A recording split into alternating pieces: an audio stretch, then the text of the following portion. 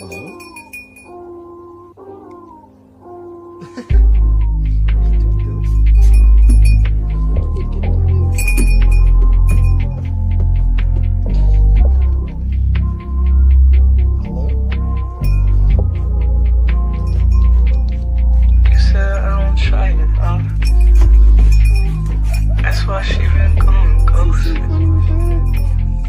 Hi guys, இப்போ நம்ம எங்கே இருக்கோன்னு பார்த்தீங்கன்னா நம்ம தென்னை மரத்துக்கு மேலே இருக்கோம்.